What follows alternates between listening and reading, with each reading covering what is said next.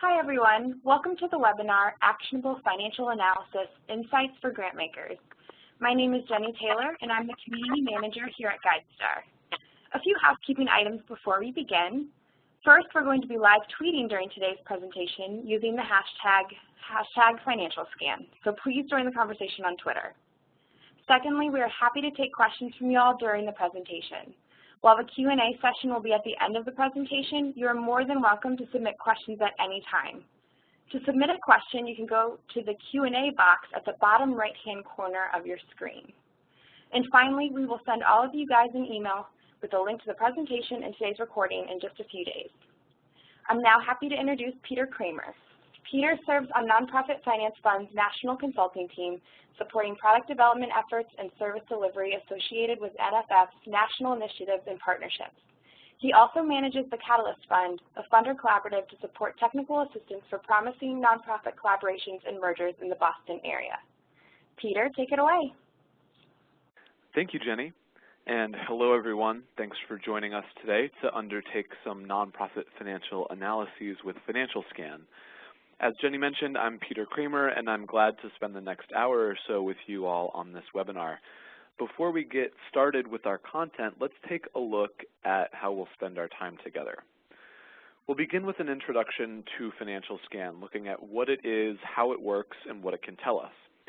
Also, how it can inform the grant-making process. I'll briefly explain a few new features that we launched back at the end of 2013. And then we'll see them in action during a brief online tour of the data platform. To help bring the 990 data to life, I'll then use FinancialScan to take us through a case analysis of a fictional nonprofit organization. And we'll highlight some of the ways this information is useful and actionable for funders like yourselves and your peers. We'll finish up with your questions and our answers in the final 10 minutes or so of the webinar. And please do let those questions come on in at any point if they cross your mind. Happy to address them at the end. So let's get started. At NFF, we believe that financial health provides a foundation on which a robust and healthy nonprofit enterprise can be built to deliver high-quality programs that reflect an organization's mission and ultimately provide solutions to individuals and communities in need. Good, clear financial data can lead to better and more informed decision-making about how our organizations operate and deliver services. And FinancialScan can contribute to financial health by providing that data in a clear and comprehensive way, along with a guide for interpreting it to help demystify some of the complexities of nonprofit finance. Moreover, it provides an accessible and common format that allows nonprofit leaders and their funders to engage in a dialogue about the recent financial past and future resource needs. But interpreting and using nonprofit finances can be especially challenging.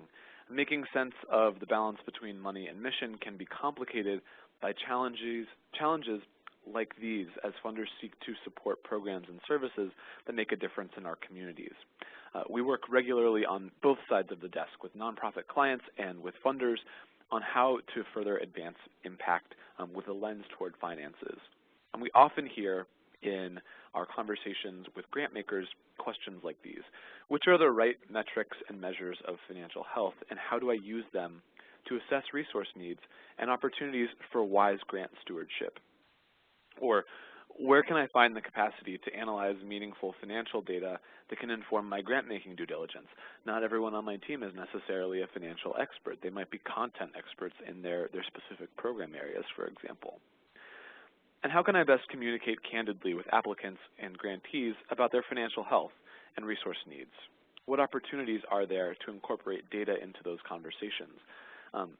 Finance is not always an easy topic to talk about, and when we can root them in data and take out some of the conjecture or the opinion and have a conversation based in fact, it often makes some of those dialogues a little bit easier.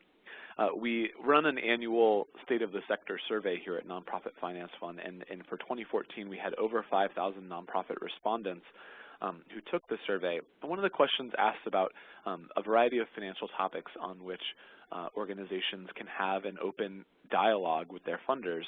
And the surprising insight from that data, if you haven't seen the report already, is that there are a number of financial topics that organizations don't have any comfort with discussing with their grantors. And some of the things that they think are easiest to discuss with grantors are, in fact, some of the riskiest or most destabilizing financial pieces, things like growth or like facilities, which require some cushion to absorb some of the risk that comes with those things. Whereas some of the more important practices for ongoing financial resiliency, like building reserves and strategic use of debt, are often more difficult to talk about. So just a finer point on that last bullet that we see on the slide here. So we all know that there's no silver bullet for these challenges, but nonetheless, we believe that a strong grasp of organizational financial health can help funders better support the programs and services that they care the most about.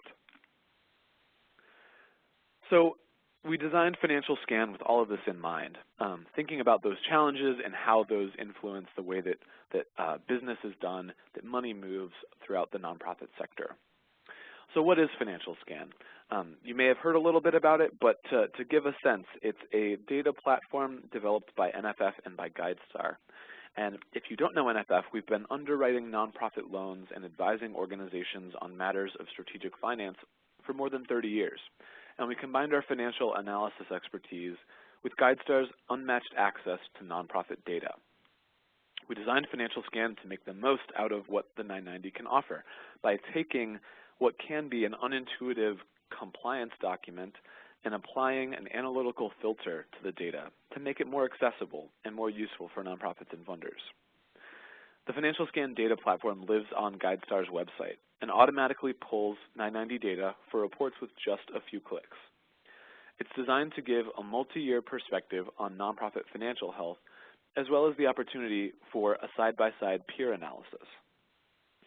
It's important to note here that the Financial Scan report is currently only able to pull data from the regular Form 990.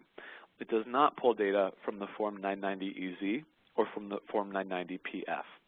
The PF is the form filed by, as many of you know, private foundations, and so those fields are just different. They're distinct from what's on the regular Form 990, so it doesn't match up. And the Form 990-EZ is the abbreviated tax return that can be filed by organizations who have $250,000 in revenue or less. That $250,000 was the threshold that was established in 2010. It was a little bit higher in earlier years. But essentially, smaller nonprofit organizations can file that abbreviated form, and because it is abbreviated with many fewer fields, it doesn't give us as robust information that we can use for more comprehensive financial analyses, so we chose to omit that as well. That said, with those exceptions of the Form 990 and the Form 990-EZ and the Form 990-PF, the universe of organizations that are available in Financial Scan is made up of more than 350,000 nonprofits. So many of the organizations that are on your portfolio list are definitely included in Financial Scan. It is a paid service, and there are two ways for organizations to access the analysis. The first is annual subscriptions. That's intended for funders, grant makers, institutions who would run many reports over the course of a year. An annual subscription costs $2,500 and provides, as I mentioned, unlimited reports. And that is a per user fee. So each seat or each subscription costs $2,500. Some funders also like to consider the enterprise access option. When you have many users, we can customize an access option that allows for a single point of entry without signing in to go in directly, say, from the organization's intranet to have multiple simultaneous access points for program staff. And that's really more for large institutions who might need to have a lot of folks accessing it at the same time. We also have a nonprofit express pass, which is designed for more like single use. So when a nonprofit might want to look at their report when the data changes as it becomes available having filed their tax return, nonprofits are less likely to need to run multiple reports during the course of a year. So for one-time access, we have the Nonprofit Express Pass for $250. That provides the opportunity to run a report on a single organization and it provides that access over a 7-day period. So you can go in and customize that report by selecting as many different peer organizations or as many, running as many cohort or peer group searches as you like. We'll take a look at that in just a few minutes so you'll understand that nuance. But that is the access for nonprofit organizations. It's one time. It costs $250 for 7-day access to run a report on a single organization with unlimited ability to change the peer organizations that are available in a benchmarking analysis. So what's in it? We have 3 different main components in terms of the report's content.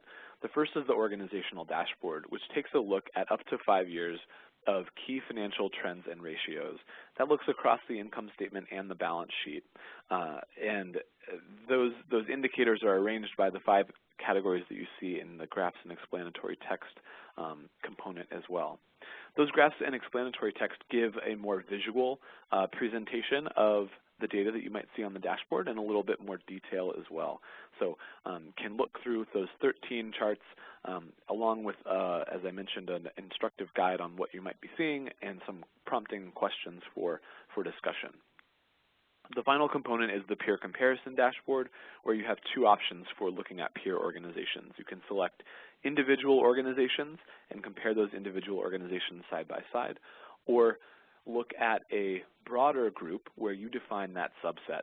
So using criteria like geography, mission area, or financial characteristics, you can define a group and look at how the median of that subset compares to your target organization. It's worth noting, too, that the dashboards are both available online and in the final PDF report. The graphs and the explanatory text are only available in the PDF report, and we'll look at this in just 1 minute so you can see.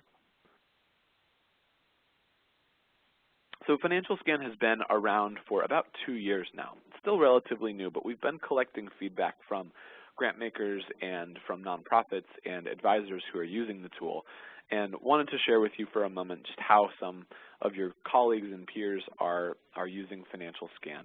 So we hear from grant makers that are using the tool that it either adds, strengthens, or focuses the financial component of their due diligence. So provides a filter from which program officers and grants management staff can get a very quick but comprehensive assessment of financial health that can allow them to see what areas they need to focus on further in conversations with grantees or applicants, or as they look at other financial documents like audits or budgets. You can find in a quick way what the pieces are that you might ask questions about and where you might want more information. So to that end, also helps to identify, of course, financial strengths and red flags by giving a quick snapshot of the organization's health over the recent past. Allows, as I mentioned earlier, that point of conversation by rooting discussions in data and information that both the nonprofit and the grant maker have access to. We also, of course, hear that the Financial Scan provides organizations with time and resource savings as well. One organization even went so far as to say that it felt like having another staff member on the team to do financial analysis, and really does provide an opportunity to get some quick access to some detailed and nuanced information. So before we go into our brief demonstration of the online interface, I want to take a moment to just mention a couple of new features that we added at the end of 2013. The first is the ability to download the dashboards into Excel. So you can export those dashboards, the MultiYear Dashboard or the peer comparison dashboard, to Excel for further customization. So if by chance you have access to supplemental information like program information or capacity data, or want to calculate something different or generate your own graph, you can do that by exporting to Excel and then playing around with the data in that format. The other major feature that we added at the end of 2013 is the new peer group comparison feature. I mentioned it already. That's the one where you can define criteria that create a group against which you can measure the median values with the target organization. We also offer, as I mentioned, customized enterprise access. That's for groups that have many people who might need simultaneous access to Financial Scan. And we also extended the length of the nonprofit Express Pass. It used to be 48 hours. Now the same price buys you 7 days to get in and run reports. So with that, I'll now take you to the online interface to show you Financial Scan in action. Bear with me just one moment while I share my desktop. And it looks like I may have just logged myself out, so I'll get back to GuideStar. Pardon me. Okay. So here I am on the Financial Scan homepage. Thank you for bearing with me. And for just the purposes of demonstrating, I'm going to look for a Boys and Girls Club. This homepage, as I mentioned, lives on GuideStar's website, and as we move through the process of generating a report, you'll see this orange arrow moving through the different steps. There's also some resources up here at the top that can help to give more information about what you're seeing, or about if you have a annual subscription, you have the ability also to save reports and come back and access them later. So I know I'm looking for the Boys and Girls Club of Metro Denver, so I'm going to select that organization. And the first place we'll stop is on the Financial Health Dashboard. So here's that up to 5 years of side-by-side financial information with key information up at the top about what organization we're looking at and their mission. You also have the ability to download this dashboard to a single-page PDF, as well as export it to Excel, as I mentioned. This single-page PDF function is something that we've heard from a lot of our funders and grant makers who use this service is a really important thing. They like to just print off a single page, use that as a way to focus, or to include that in a board packet as a nice comprehensive look at the financial past of the organization. So that's just a feature that we've gotten a lot of really positive feedback from grant makers about.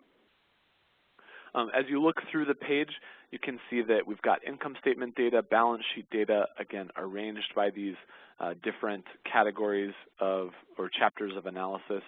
And we've got a little bit of perspective on what you're seeing and what some of the things to look for might be, or considerations for what financial health might look like in those different categories. We also have a link to the definitions and formulas, so if you were so inclined, you could take a look at that and see exactly what line items we're pulling into which categories and how we're calculating the numbers that we get here, as well as definitions of things like the change in unrestricted net assets or depreciation. What does that mean if it's you're having to reach back into the recesses of your accounting class to recall. A note, too, on just the profitability, because it's a little bit different for Financial Scan. What we did not do was calculate revenue less expenses to get profitability.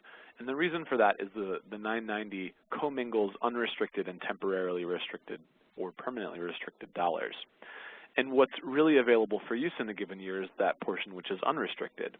And so to get the most accurate representation of how the organization did on a more unrestricted operating basis, we actually calculate profitability on the balance sheet, saying what's the change in the unrestricted net assets, and that tells us profitability from a more unrestricted and liquid position.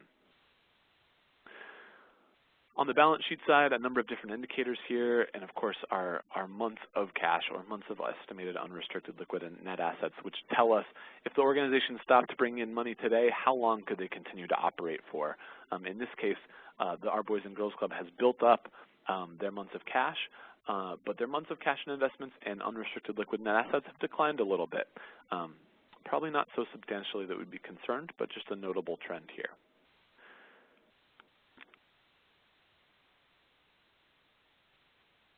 I'm going to move on to selecting peer organizations. So let's look for some more Boys and Girls Clubs. And I'm going to use these filters on the side that can help me narrow a little bit. I want to look for those that have $5 to $10 million in revenue. And then I'm going to select up to 5 individual peers. And I'm just going to pick a few here. And I've got my 5, so I'll move on to the next peer comparison feature. So here you can define that group or that subset that I mentioned earlier.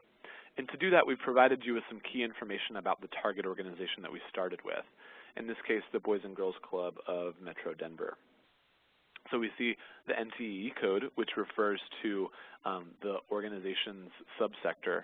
The NTE code is a classification system that organizations can self-select or self-report on their Forms 990.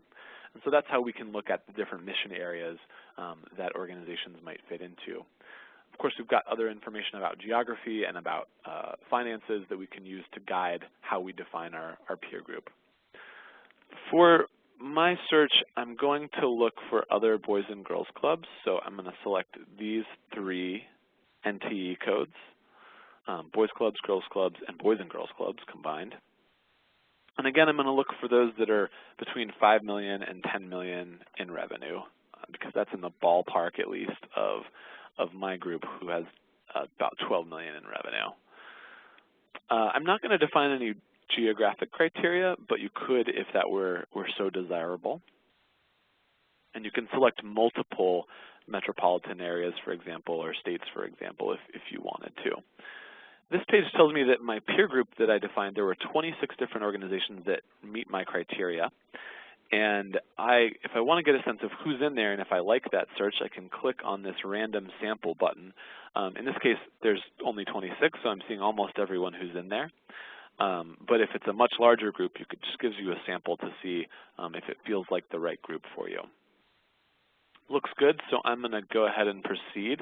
If it didn't, I could go back a step and redefine my peer group so that I get the optimal selection for my peer comparison analysis.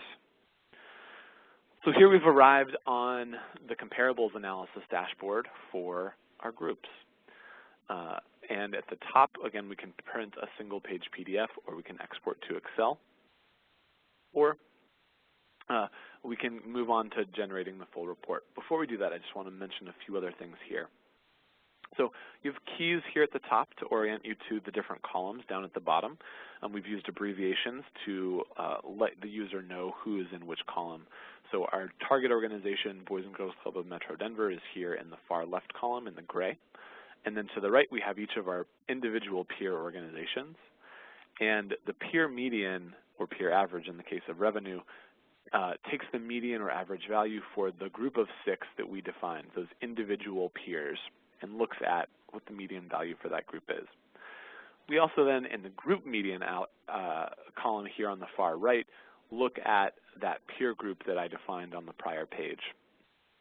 So we're only using the most recent year of fiscal data, so that's because Boys and Girls Club here has 2012 as their most recent year. So all the groups in this cohort also have 2012 data. And we see our criteria, and we know that the median values for the group are being displayed here in this column. So this helps to give a sense of the different choices that organizations have made, or some of the different ways that they might think about or balance their business models. Gives a sense of how organizations stack up, or how they compare, what kind of resources they might have, or the different opportunities that they've been able to take advantage of in recent years. So the final component then is generating the full report. And so with just a click there, you can generate the complete PDF report, which will then be available for download. And I'll just page through so you can get a look at a few of the graphs as well.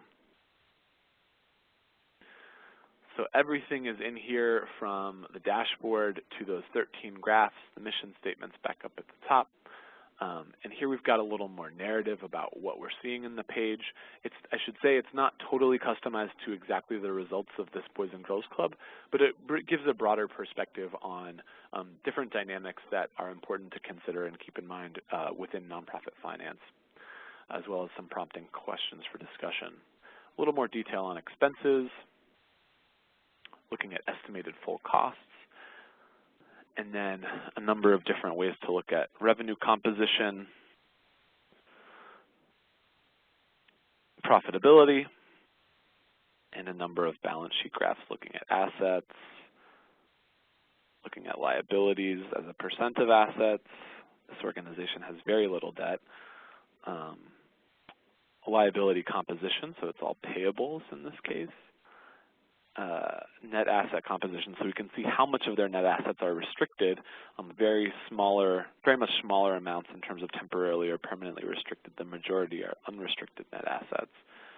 But then we can also look at liquidity and see not only what's unrestricted, or not only, excuse me, what's liquid, but what's also unrestricted. So that's our purple bar, the estimated liquid net assets.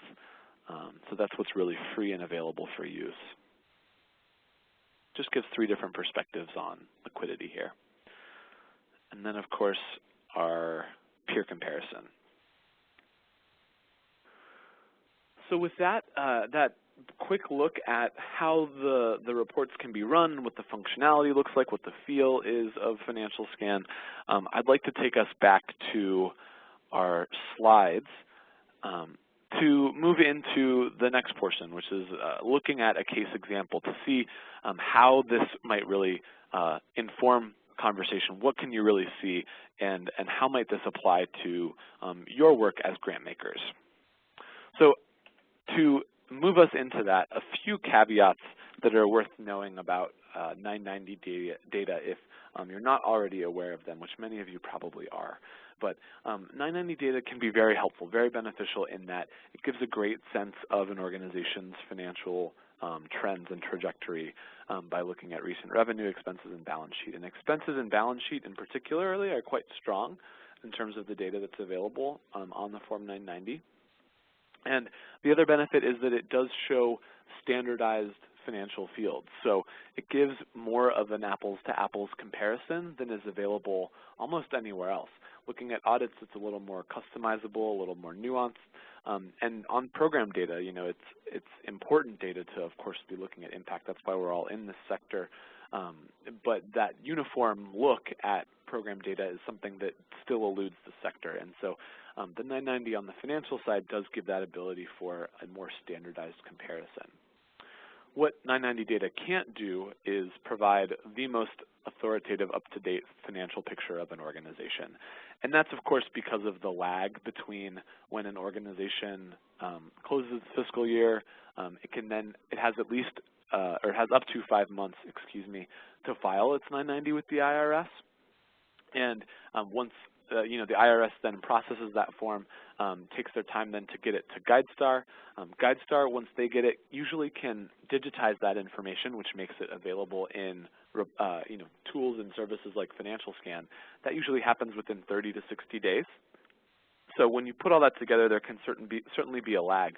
So for grant-making purposes, it gives a really nice picture of the historical side of things and trends, but if you want the latest information and more real-time data, it's best to couple it with looking at budgets or the most recent audit to get a sense of where the organization may have come since their last tax return has been made available publicly.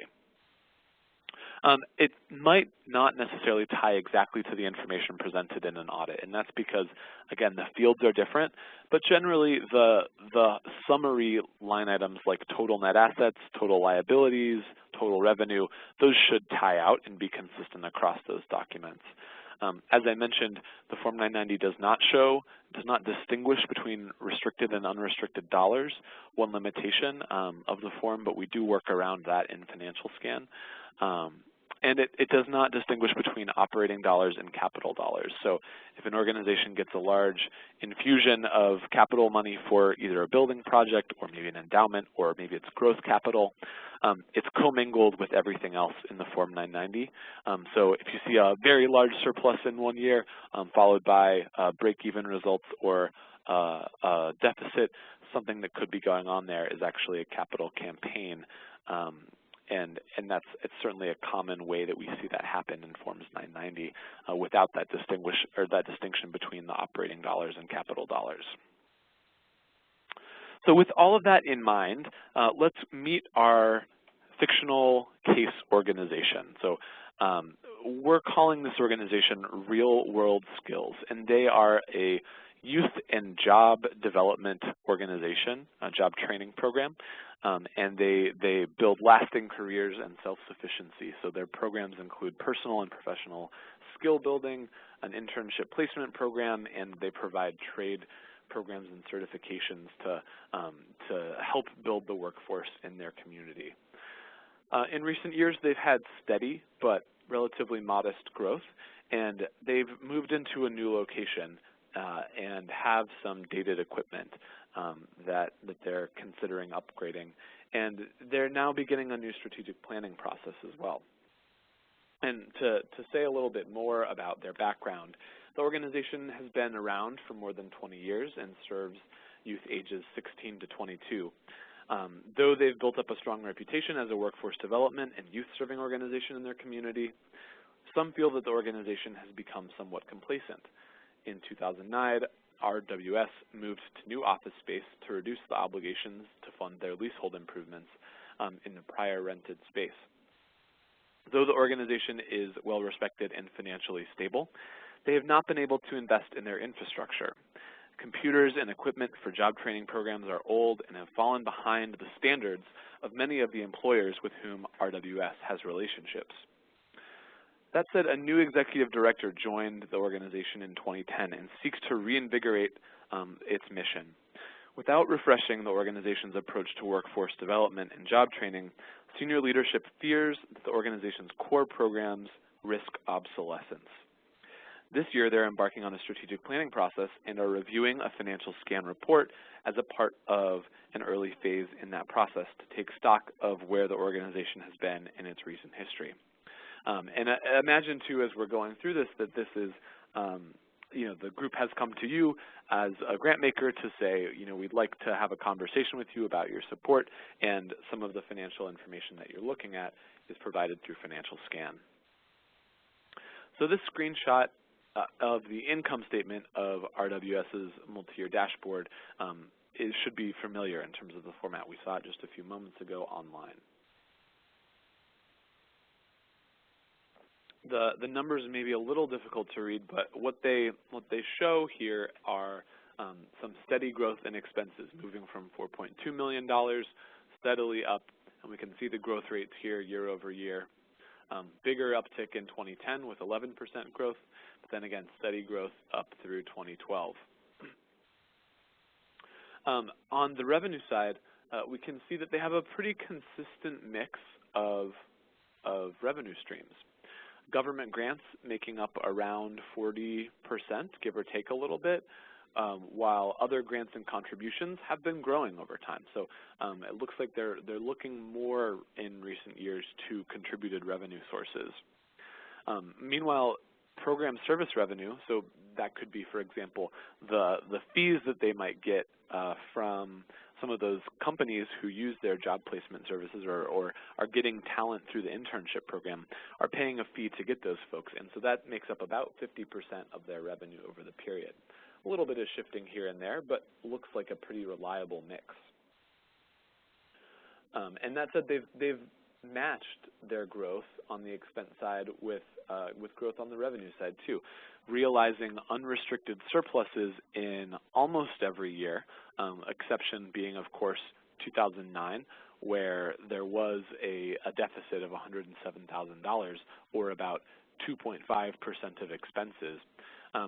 2009 was a rough year for a lot of nonprofit organizations that, depending on where their fiscal year falls, might have included the end of 2008, which we all know was a very rough time for the economy, and many donors were pulling back, or companies were maybe cutting back on their community programming. So overall, looking at the income statement side of things, the organization seems to be in a good position with a relatively reliable business model. They have, looks like at least, withstood the potentially destabilizing risks of growth. On the balance sheet side, we can look at a few different indicators. So apart from a dip in cash in 2010, which happened right here, cash has been level. What's interesting, though, is when cash is level, but expenses are growing. It's interesting that the cash position, the liquidity, is not growing in the same way that the expenses are, as you might want those two things to keep pace with one another. On the fixed asset side, so less liquid but fixed, and when we look at our gross land, buildings, and equipment, we see the move happen here, right, between 2008 and 9, where they had a bunch of capital improvements on their balance sheet, then they moved, and those came off, so their fixed assets were reduced, and then they depreciated some more. It looks like they were able to invest a little bit more in their fixed assets in 2011 and 12. That said, depreciation is high, so it shows that there is some room to upgrade those and make sure that their facilities or their equipment really are up to date and up to standard for the job training programs that are so important to them. All of their net assets are unrestricted, so they're not having to worry too much about dollars that they can't access, so very helpful from a liquidity position.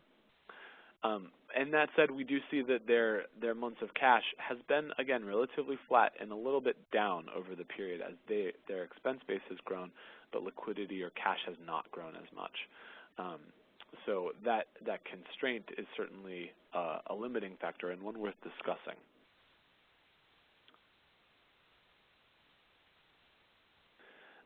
And I'll just say too before I move on here that without that cushion, the organization might think twice before it invests in new equipment and computers for its programs or pursues new opportunities as might be mandated in that strategic plan that they're just embarking on the process of right now.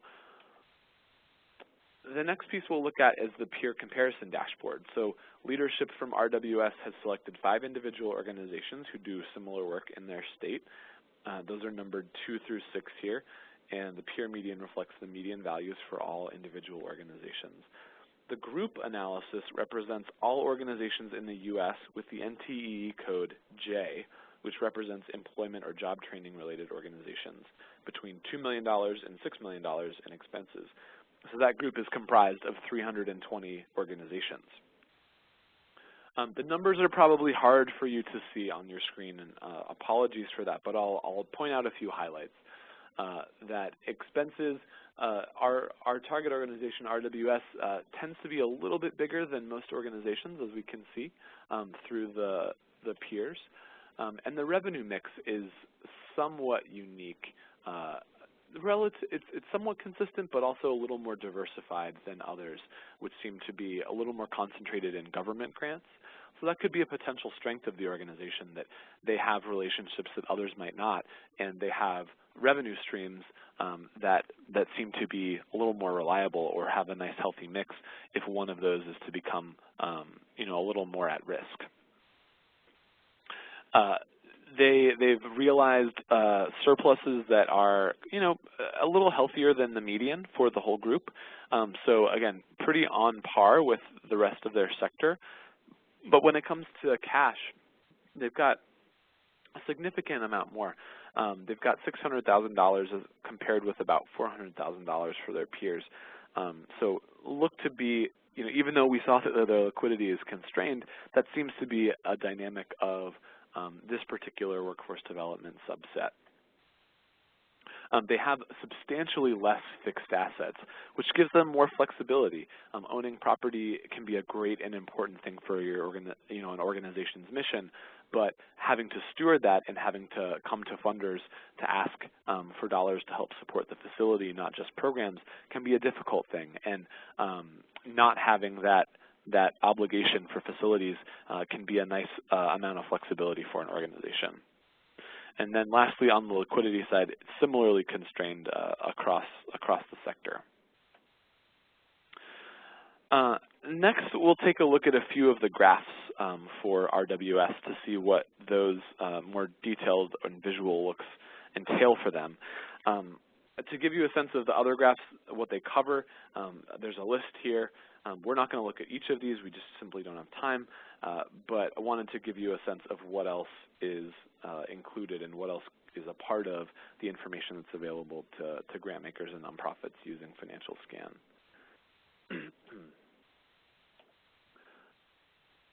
So this graph that I've selected shows the profitability, the unrestricted surplus or deficit for RWS.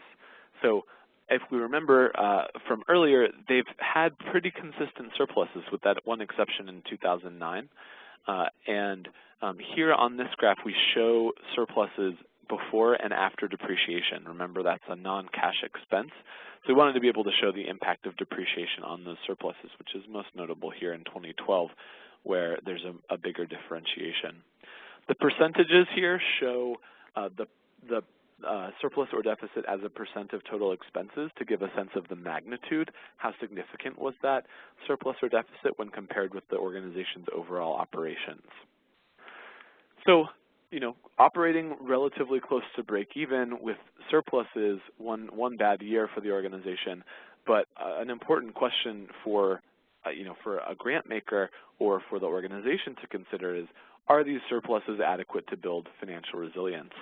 And if they're going into a strategic planning process, what resources might they need in order to refresh their mission and make sure their programs are as up-to-date as possible, as innovative as possible? And zeroing in a little bit more on the liquidity, we looked at the numbers. This is just a visual representation of the liquidity sources that they have available. And when we think about liquidity generally, we're often asked at NFF, what's the right amount? And the answer, unfortunately, is there is no right amount of liquidity for organizations. It depends on many factors, including the reliability and timing of revenue sources, the stage of the organization's life cycle, anticipated growth, any facilities that the organization might own, and of course economic factors. With some minor fluctuations, RWS's liquidity position appears to be relatively stable, but it is tight and has prevented them from replacing some of the equipment and computers that are so important to their job training programs. Therefore, it's stifled its ability to adapt and innovate. So what can the organization, or more importantly for this audience, what can the grant makers who might be involved in a conversation with real-world skills take away from this information? So some observations from the financial scan report that they've had this modest growth over the last several years, and they've had a reliable mix of revenue sources that have let them successfully grow and match their expenses for the most part, but has not been enough to build substantial surpluses to help them innovate. So that liquidity does constrain their ability to adapt and do new things. Meanwhile, they have some advantages in terms of that reliable revenue mix and their lack of fixed assets or facilities relative to other peers. They have that ability to be a little bit more nimble, and what might help them be even more adaptable and more dynamic in the coming years as they roll out a new strategic plan could be some added cushion, right? Some building of a strategic operating reserve or a strategic innovation reserve that could help the organization to take some risks and change their programs and really move the organization squarely into the 21st century. So from those observations, as funders, we can think about in the conversation and thinking about what a grant might look like, of course, aligned with our own organization's objectives. In the conversation and in the recommendation to our boards of trustees, acknowledging the strengths of the organizations, which we've seen visually, that they have reliable revenue, surpluses in most year, and could, in concert with that, encourage in their strategic process that they incorporate a business planning or a financial planning aspect that allows them to make the strides that they want and advance their mission. And an outgrowth of that might be to discuss with RWS leadership the appropriate capital needed for the organization to help build that balance sheet to a point where they can do better even than that incremental growth and really take the organization to the next place in terms of its mission advancement. And to do that, it's a conversation about the right amounts and types of capital required to help the organization build up working capital to withstand risks and reserves that might help them innovate and adapt to the changing job market. So we've covered quite a bit of territory today, going from what financial scan is, what it looks like, and how it works, to then walking through a case example of real-world skills and looking at it from the lens of how might this information come into our practice as grant makers. So with the remaining 15 minutes that we have, 10 or 15 minutes, I'm happy to now answer any questions that might have come through. And if you've been holding on to your questions until the end, please do submit them now through the Q&A box on the bottom right-hand corner of your screen. with that, Jenny, are there any questions that have come in that I can answer? Absolutely. We've got a couple coming in. The first one that we have, it goes to this slide that we have up right now, is somebody's asking where these observations and recommendations have come from. Does this come with the report, or is that something that the staff needs to analyze on their own? That's a very good question. So it's not a feature of the report. We at NFF feel like there's a lot of important nuance and conversation to be had to make the observations and recommendations really substantive. And so it's not a feature of Financial Scan to then, spit out after having run a report observations or recommendations. What it does do, though, is it includes this narrative guide that helps users interpret the data that they're seeing, and also provides that data point for discussion and an opportunity to look at a common document and have a conversation about what's driving some of the trends and what might be the future for the organization. So while the observations and recommendations aren't automatic, these are things that I put together and that I observed. We've designed it in a way that we hope it's intuitive and user-friendly enough that any grants manager, any program officer could look at this and derive some of their own conclusions, and especially derive those conclusions in conversation with nonprofit leadership. That said, if you were to get stuck, or if you were to look for some additional help or support in integrating this into your practice, NFF certainly is available and able to make those kind of engagements happen. Excellent. Diving a little bit into the report itself, one of our attendees noticed that there are 990s included in the dashboard. How many of those are included? How far back does it go? Does that link right to the PDF? Can you just tell us a little bit more about that? Absolutely. So the multi-year dashboard, the first one that we looked at, includes up to 5 years of the most recently available 990 data. So it automatically pulls the most recent digitized data that GuideStar has for each organization. There are some organizations who maybe if they're new, it might only go back 3 years or 4 years, or some organizations who might have grown and previously they were small enough to not file a regular Form 990 and therefore filed a 990 EZ, in which case if in those EZ years we might have a gap in that data. But for most organizations, there's, as I mentioned, up to 5 years of data available. And those 5 years are the same that's filtering into the PDF report, same that are appearing on the online interface. So you also might have seen that on the dashboard there are links to the 990 documents themselves. So if you were to look at that and want to go to the document, the source, and see what's there and investigate a little bit further, it just takes one click to get back to that document and see the source data. Great. And speaking about 990s, are these all the ones that come directly from the IRS, or if a nonprofit's uploaded one themselves on GuideStar, is that included at all? That's a great question, and these are all organizations or all 990s that come from the IRS. It's something that we've had some conversations with our colleagues at GuideStar about a self-upload function, and while that may be something in the future, it's not currently available, but there's all of the data that you see in Financial Scan does come from the IRS. Excellent. And you had mentioned that Excel is a new feature with this iteration of Financial Scan. Is there a limit to how many times you can export, or like per month, or in general, or how many reports you can run? No, so if you have an annual subscription, which is the price for that annual subscription is $2,500 per user, that provides unlimited access. You can run as many reports as you like, as many peer comparisons as you like, export to Excel or to single-page PDFs as many times as you like. So that $2,500 annual subscription really does provide unlimited access. Excellent. And can this report provide customized reports on geographic areas? That's a great question. So the customizable nature of the reports in terms of geographic areas would be through the peer comparison function. So in there you could select individual peers within a geography, and you can search by geography, of course, to find different organizations. But then the